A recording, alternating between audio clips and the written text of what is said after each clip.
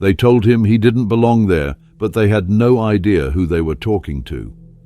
It was an early, grey morning at Orly Airport in Paris, the kind of day where everyone moves quickly, faces hidden behind newspapers, eyes glued to screens, the air buzzing with impersonal efficiency. Amid the shuffle of hurried footsteps and the soft murmurs of conversations drifting through the terminal, a lone man quietly walked into the boarding area. His presence was barely noticeable, a figure wrapped in an unassuming faded grey coat, plain sneakers worn from countless journeys, a simple canvas backpack slung effortlessly over one shoulder. Nothing about him shouted wealth, power, or status. He was simply there, calm and composed, blending seamlessly into the background. He chose a seat by the window, placed his backpack gently by his feet, and pulled out his phone, absorbed in emails and documents as casually as any traveler might. Around him, the chaos of the morning carried on uninterrupted. Businessmen laughed loudly, chatting animatedly about deals and acquisitions, their conversations filled with confident authority. Families hurried to gates, clutching passports, urging sleepy children to keep pace. Security guards passed by routinely, their eyes trained to spot any unusual activity, yet none gave him a second glance. He was invisible in their eyes, just another face among thousands, someone whose story didn't seem worth the effort to notice. A group nearby discussed ambitious projects in Africa, mining operations, infrastructure developments, speaking as though the continent was theirs for the taking, completely unaware that a leader who held significant influence over those very projects was quietly sitting just a few feet away. But he remained silent, peaceful, focused entirely on the small, glowing screen in his hand. Every movement was measured, precise, devoid of urgency or nervousness. His silence carried a kind of dignity, an unmistakable calmness that hinted he was exactly where he was supposed to be. Yet the people bustling around him couldn't see past his modest appearance. To them, he was just another anonymous African passenger, someone whose presence didn't register as meaningful. None of them imagined that behind this quiet composure was a man accustomed to making decisions that could reshape entire economies, influence nations, and alter the course of history. Meanwhile, in the priority check-in line just a short distance away, tension was brewing. Luc Morel, a man who clearly considered himself important, stood impatiently tapping his foot, glancing frequently at an expensive watch on his wrist. Everything about Luc radiated confidence, his tailored navy suit perfectly pressed, his silver-rimmed glasses reflecting the harsh fluorescent lights of the airport, and his silk tie impeccably knotted. He was not a man accustomed to waiting or being told no. So, when the airline representative hesitantly informed him that the business class cabin was fully booked, Luc's composure quickly began to crack. "Do you even understand who you're speaking to?" he snapped loudly enough for those nearby to overhear, his voice heavy with irritation. "I am a strategic partner operating businesses across Africa. 12 nations depend on my investments. You really expect someone of my position to sit squeezed in economy?" His voice dripped with condescension, anger brewing beneath the surface as if the very suggestion was an insult to his dignity. The airline employee faltered, stumbling over apologies, hastily grabbing a phone to call supervisors and relay the escalating situation. Luc continued to rant, making sure everyone knew exactly how significant he believed himself to be. He threatened legal action, asserting connections to influential figures in the French government and claiming his strategic importance in Burkina Faso as leverage. After frantic calls and nervous exchanges between staff members, it was decided that someone in business class would have to be moved back. But this delicate matter required careful handling. They couldn't risk upsetting someone powerful, someone influential, someone who mattered. Hastily, they decided to call in Lucienne Arnaud, the senior flight attendant known for handling difficult situations with unwavering authority. As she approached, Lucienne walked with an air of absolute control, her bold presence undeniable. With confident strides, her polished appearance stood out sharply against the early morning airport rush. Her uniform immaculate, her blonde hair tightly pulled back. She wore a look of clear authority, accustomed to being obeyed without question. She listened impatiently as the ground staff quickly explained the urgent need to find a seat in business class for Luke. Morel, their voices tense, faces anxious. Lucian didn't pause to consider options or ask who was seated where. She nodded firmly, already decided on what needed to happen next, her eyes scanning briefly over the boarding manifest without paying attention to details like names or titles. To her, it was clear. Someone in that cabin would simply have to give up their seat, no questions asked. And with her decision made, Lucienne marched confidently toward the boarding area, prepared to set things right according to her own judgments, unaware that the man she would soon confront quietly checking his emails was not just another passenger. He was Ibrahim Traoré, the president of Burkina Faso, and within moments, Lucienne's impulsive decision would ignite an incident powerful enough to reverberate far beyond the walls of an airport terminal. Lucien Arnaud moved through the boarding gate with the determined confidence of someone accustomed to getting their way. Her gaze swept across the boarding area, quickly sizing up passengers, silently categorizing them, and deciding who belonged and who didn't.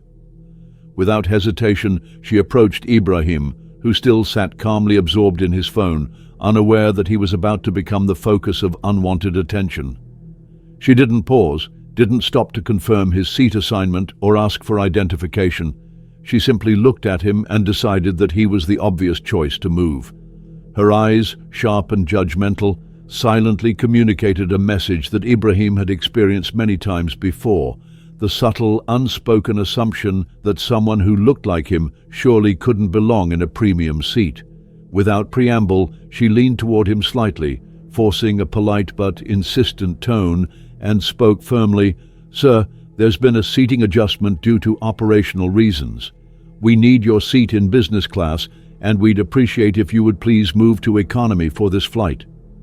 Her voice was smooth, professional, rehearsed in its neutrality, but beneath the courteous veneer, it carried a clear undertone that Ibrahim immediately recognized, a tone indicating her request wasn't really a request. Ibrahim, however, remained composed, quietly placing his phone down and calmly reaching into his jacket pocket to produce his boarding pass. He extended it gently toward Lucienne, his demeanor patient, respectful but subtly questioning the validity of her request. The pass read, Seat 2A Business Class, marked clearly as high-priority passenger status. Lucienne glanced at it briefly, too briefly, before handing it back dismissively, the fleeting look on her face unmistakably skeptical. She didn't offer an apology or explanation. Instead, she straightened, silently signaling that her decision wasn't open for negotiation. To her, Ibrahim's legitimate claim seemed irrelevant, overshadowed by her internal bias that he simply didn't fit the profile of someone worthy of occupying that seat. Feeling justified and still without consulting the passenger manifest to confirm the identity or status of the man in front of her, Lucienne turned abruptly, fully confident that her authority alone was sufficient to ensure compliance. But Ibrahim remained quietly seated, seemingly unaffected by the pressure implicit in Lucienne's actions. His silence carried its own form of quiet defiance, the powerful dignity of someone accustomed to facing prejudice without succumbing to its weight.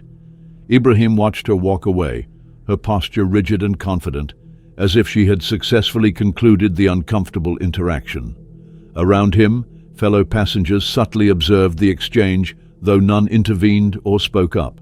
Their silence tacitly accepted Lucienne's actions, an implicit endorsement of her judgment, assuming without evidence that she must have good reason to single Ibrahim out. Meanwhile, Lucian began to target others, quietly, swiftly, each passenger sharing a similar characteristic: dark skin, modest appearance, quiet presence. Each approached passenger responded without confrontation, quietly accepting her explanation and moving without complaint to economy, unaware they were part of a silent, uncomfortable choreography of prejudice. Each reassignment subtly reinforced Lucien's belief that she was merely rectifying a minor inconvenience, oblivious to the deeper implications. But Ibrahim continued to wait silently, observing her increasingly confident pattern of selective targeting, a clear yet unstated bias emerging with each passing minute. He did not argue or protest, yet he knew precisely what was occurring. He knew because he'd seen it countless times before, not only in airports or airlines, but in boardrooms, diplomatic gatherings, and even at summits of international importance. To him, this moment was merely another example of a deeply ingrained mindset, one that saw people first through a lens of stereotype rather than humanity.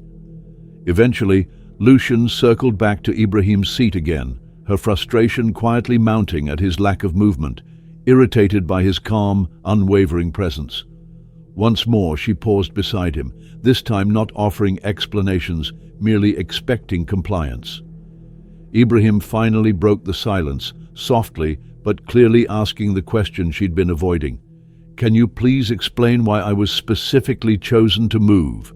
Lucien, caught momentarily off guard by the unexpected challenge, hesitated briefly, attempting to mask her discomfort behind practiced professionalism. She replied dismissively, "Sir, it's merely a technical seating arrangement issue, nothing personal." Ibrahim, his voice still calm, gently insisted, "But you haven't asked anyone else here. Why was I specifically chosen?" His question hung in the air, forcing Lucienne into uncomfortable self-reflection, yet still she refused to acknowledge the real reason. Her body language stiffened defensively, revealing that the question itself felt like an affront, as though Ibrahim's legitimate inquiry somehow challenged her authority directly. "Sir," she repeated with a forced politeness edging into irritation, "it's a simple matter of balancing the cabin. Please understand, it's just a minor inconvenience. We're asking you specifically because we believe you're most likely to cooperate." Yet Ibrahim gently persisted, carefully selecting his words, his demeanor steady and unprovocative, highlighting the contradiction embedded in her reasoning. "But how can you determine cooperation based solely on appearance? Shouldn't you ask everyone equally? Why only me?" Lucien found herself trapped in a silent confrontation she hadn't anticipated, her professional composure momentarily disrupted. Her face flushed slightly as she realized other passengers were quietly listening, sensing the gravity of Ibrahim's softly posed challenge. Yet instead of confronting the truth openly, she chose retreat. Without answering directly, she straightened once more, muttered another vague apology about cabin logistics, and moved swiftly away, leaving Ibrahim sitting in quiet reflection, his dignity intact. But her departure didn't diminish the impact of what had just transpired. Around Ibrahim, passengers exchanged furtive, awkward glances, silently acknowledging something uncomfortable had happened, though none openly questioned it. Lucien's decision to repeatedly target Ibrahim and those who looked like him had subtly unveiled a deeper, uncomfortable truth that lingered unresolved in the atmosphere of the boarding lounge, a truth that Ibrahim himself understood all too well. He had confronted similar attitudes countless times before, yet each encounter only reinforced his resolve never to surrender quietly to prejudice. He didn't need anger or loud voices. His silent persistence, his quiet insistence on dignity, had already begun to quietly reshape the balance of power, even though those around him had not yet realized exactly who they had just tried to push aside. As Lucienne Arnaud stepped away from Ibrahim, she carried herself with a forced air of confidence, masking the subtle tremor of discomfort now rippling beneath her professional exterior. Ibrahim's calm yet pointed questions had pierced deeper than she would openly admit, disrupting her neatly ordered world of routines and assumptions.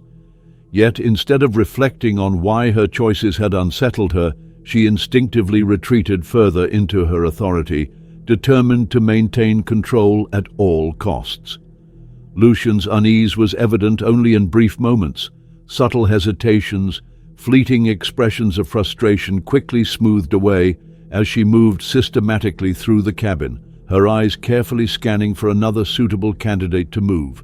but each new request she made to another dark-skinned passenger only amplified the silent tension that hung thickly throughout the business class section, a discomfort now palpable among the passengers who watched her every movement. Each passenger approached by Lucian cooperated quietly, perhaps accustomed to such unspoken injustices, or simply unwilling to cause a scene. Yet with each seat she reassigned, the awareness grew among others in the cabin, a silent realization spreading subtly from passenger to passenger, creating an invisible yet increasingly tense divide. Still seated quietly, Ibrahim observed all of this, his eyes calm but attentive, noting every interaction, every unspoken nuance. He didn't need to raise his voice or object openly to make his point. His composed presence alone was a powerful statement. Yet Lucien, driven by a mixture of pride, authority, and perhaps an underlying fear of admitting her mistake, continued her silent choreography of prejudice, believing it went unnoticed or was at least justified by circumstance. Meanwhile, 2 rows behind Ibrahim, an African nurse quietly leaned toward her companion, whispering softly yet audibly enough for those immediately around to hear, "They have no idea who he really is." Her companion subtly glanced toward Ibrahim, whispering back cautiously, "He seems ordinary, yet something about him feels untouchable." Their quiet exchange, brief but potent, hinted at a deeper intuition spreading among the cabin's observers, an instinctive sense that Ibrahim was not simply another passenger who could easily be displaced without consequence. Gradually, more eyes began to discreetly watch Ibrahim.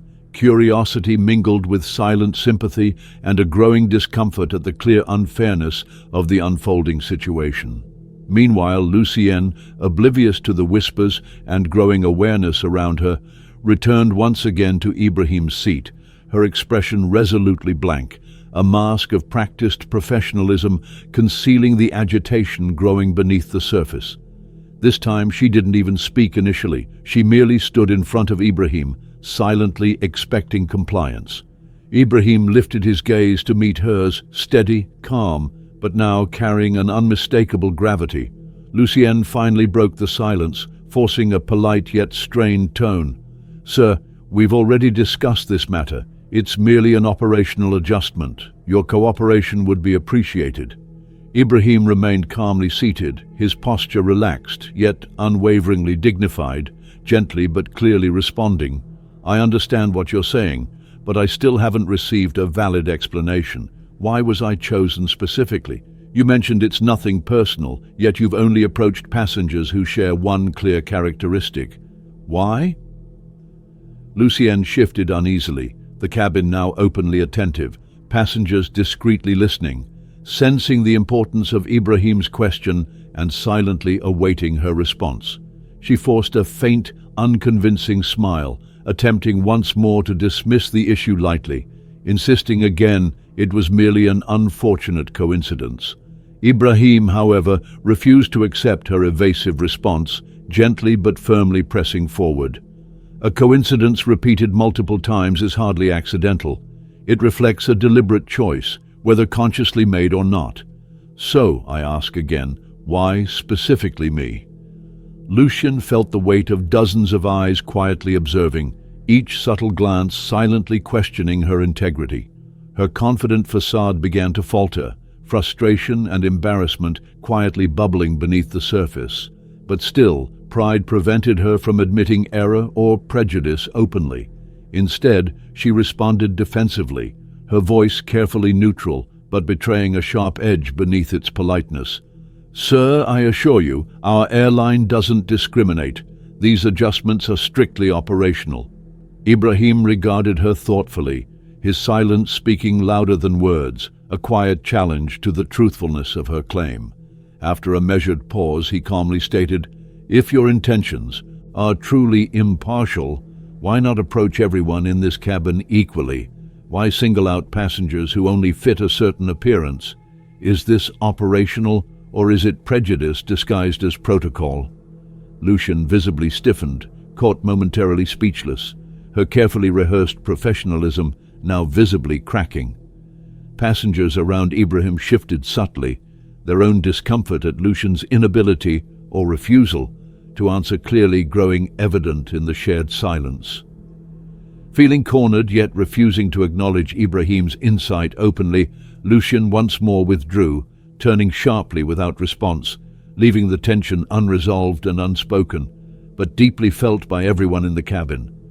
Her swift retreat, however, provided no relief. Instead, the unanswered question lingered heavily, a powerful indictment silently echoing in the minds of each passenger. Now, the uncomfortable truth Lucian had tried to avoid was laid bare, clear yet unacknowledged. Her choices were driven by something deeper than mere operational necessity. Ibrahim, for his part, resumed his quiet composure, returning momentarily to his phone, showing no sign of agitation or triumph, merely quiet dignity. Yet his gentle challenge had subtly shifted something fundamental, exposing a reality that Lucian and those around her could no longer comfortably ignore. Lucian felt the eyes of passengers following her movements with renewed skepticism, sensing that her carefully cultivated authority had been deeply undermined by Ibrahim's calmly posed questions. Her usual confidence faltered slightly, each step now burdened by an unspoken tension, a discomfort rooted not only in the external scrutiny, but also an internal recognition that Ibrahim's questions had indeed been valid, yet pride still refused her permission to openly acknowledge or correct her misjudgment. Instead, she continued silently along her path, outwardly maintaining composure, inwardly troubled by an awareness she stubbornly refused to accept openly. Meanwhile, passengers quietly exchanged meaningful glances, subtle nods, silent acknowledgments of the injustice Ibrahim had gently yet powerfully highlighted. They now viewed Lucian differently, her actions no longer merely routine inconveniences, but subtle yet unmistakable prejudices carried out under the mask of professional courtesy. Ibrahim's calm presence had silently, powerfully exposed something far deeper, a hidden truth about the assumptions underlying Lucian's actions. Though Lucian herself continued outwardly unchanged, inwardly she felt increasingly exposed, silently wrestling with discomfort she stubbornly refused to address. Yet Ibrahim remained calm, composed, unshaken by the tension he had quietly brought into focus, fully aware that truth itself had begun quietly reshaping the dynamics aboard the flight. As the plane gently descended through the soft layers of clouds toward the runway of Burkina Faso's main airport, a quiet tension filled the cabin, passengers subtly glancing around, still reflecting silently on the unsettling events of the flight. The sun had begun to rise, casting a faint glow of gold and crimson through the aircraft windows, illuminating faces now weary from hours of quiet discomfort and unresolved conflict. Luc Morel, seated confidently in the business cabin, adjusted his tie impatiently, a faint smirk on his lips. His earlier frustration at nearly losing his seat had given way to smug satisfaction, believing fully that his importance had finally been acknowledged. As he gazed out the window, he noticed a convoy of sleek, black military vehicles lining the tarmac below. Immediately, his chest swelled slightly with self-assured pride, interpreting the vehicles as confirmation of his own significance, a recognition he felt was deserved, a silent validation of his status as a critical investor with deep political and economic ties across Africa. Yet, elsewhere in the cabin, Lucian felt her heart quicken slightly as the wheels touched smoothly onto the runway, though for very different reasons. Her earlier interactions with Ibrahim had left her subtly shaken, her composure disrupted by an uncomfortable awareness she was still struggling internally to suppress. She glanced quickly toward Ibrahim, noting he remained quietly seated, composed and unbothered by the tension around him, his presence exuding the quiet dignity that had silently challenged her throughout the entire flight. But as the aircraft slowed and turned toward its parking position, Lucian noticed something unusual happening on the ground. Soldiers in precise, orderly formation had swiftly emerged from the military vehicles, their uniforms crisp, movements synchronized perfectly. Passengers nearby began murmuring softly, their curiosity mingling with quiet anxiety, as they watched the disciplined group move deliberately toward the now stationary aircraft.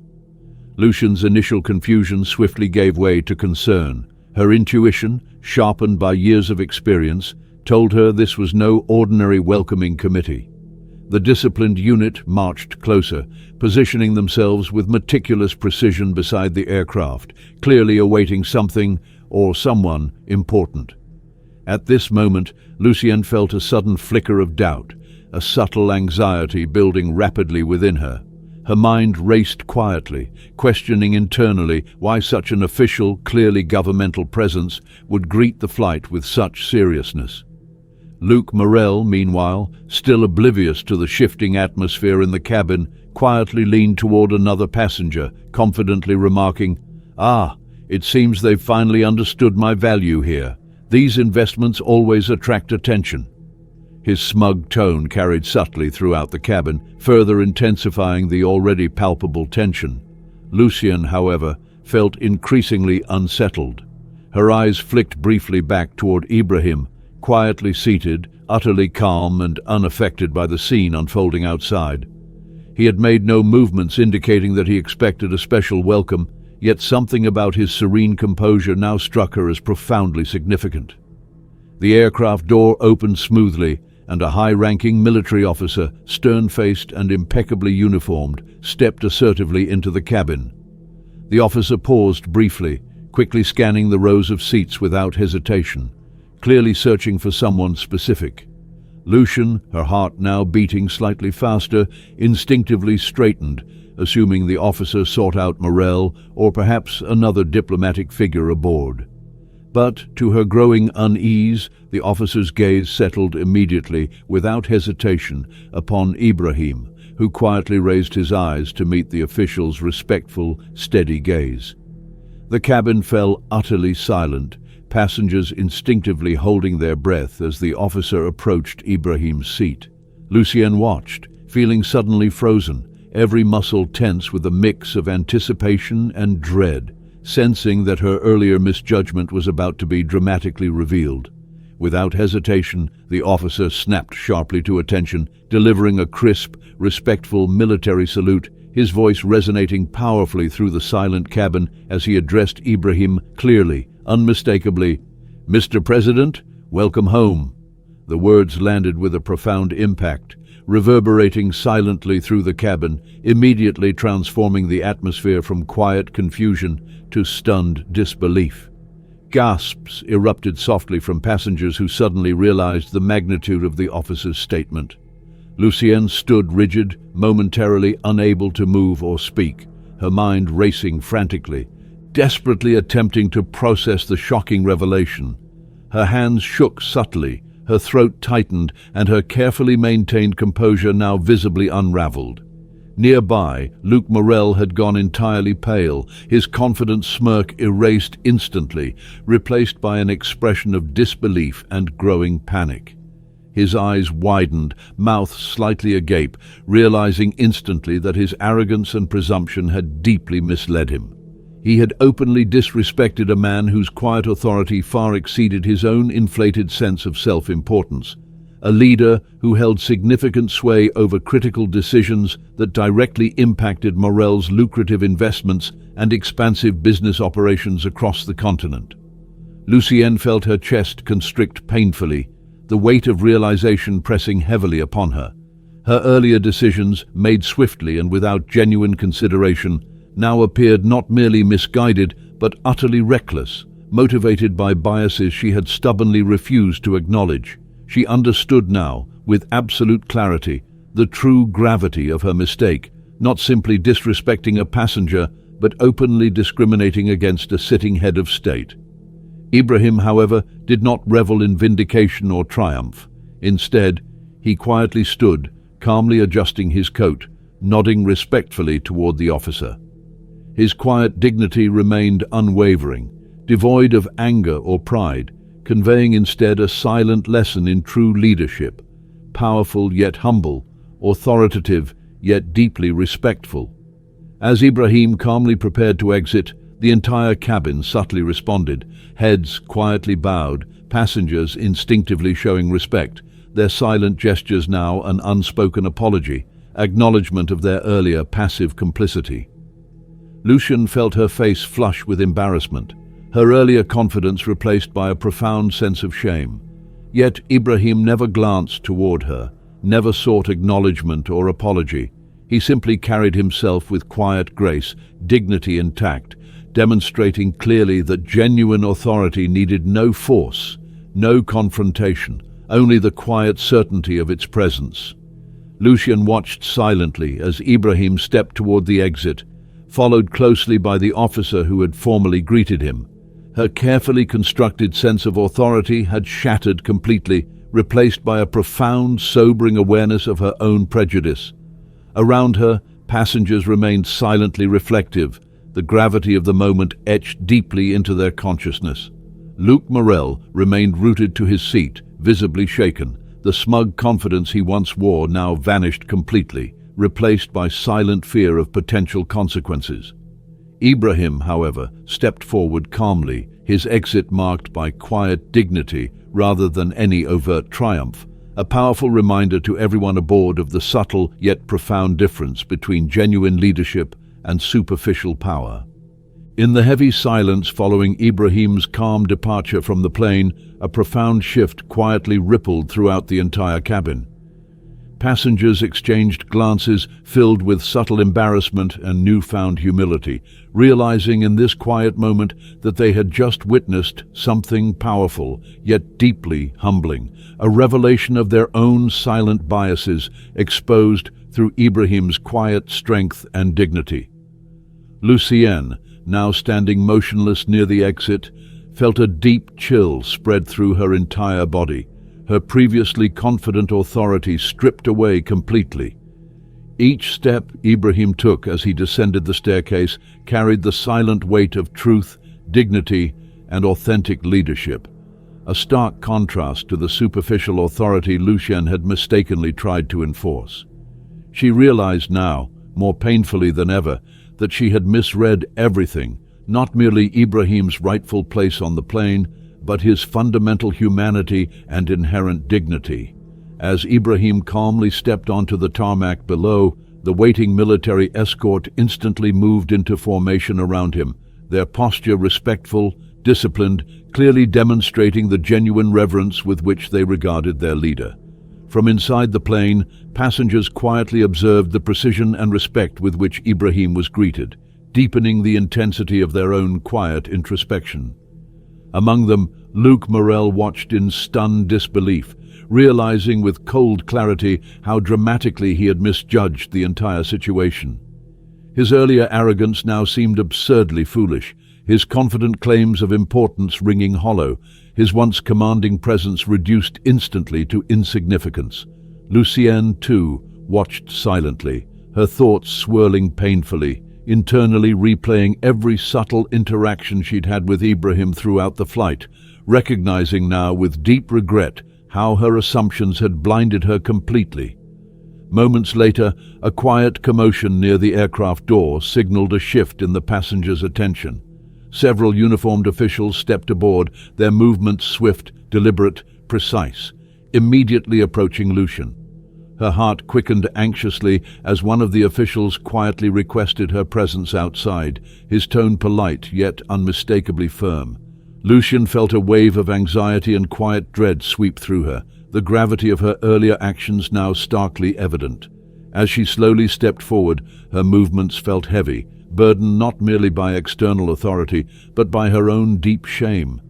Passengers watched silently, their expressions subdued yet intensely curious, recognizing clearly that accountability had quietly but firmly arrived. Behind her, Luc Morel was similarly approached, the official's request for him to disembark quiet yet authoritative, unmistakably indicating that his actions, too, required immediate addressing. Morel stood slowly, face pale, posture stiff, his earlier smug self-assurance completely absent, replaced by fear of consequences far beyond merely losing face in front of fellow passengers. The pair descended the staircase, their movements awkward, hesitant, lacking all previous confidence. On the ground, beneath the soft morning sunlight now fully illuminating the scene, officials awaited calmly, their demeanor professional yet stern, silently indicating the seriousness of the situation. Lucien felt exposed, stripped of her authority and confidence, standing vulnerable under the scrutiny of the assembled officials, each quietly but clearly aware of exactly what had transpired on the flight. The lead official spoke firmly but respectfully, outlining calmly that an investigation would follow, not driven by vengeance or retaliation, but by a quiet insistence on accountability and respect. Lucienne listened silently, the official's words deeply resonating within her, painfully confirming what she had already come to realize internally. Her actions had reflected deep-seated prejudice, something she now had no choice but to confront openly.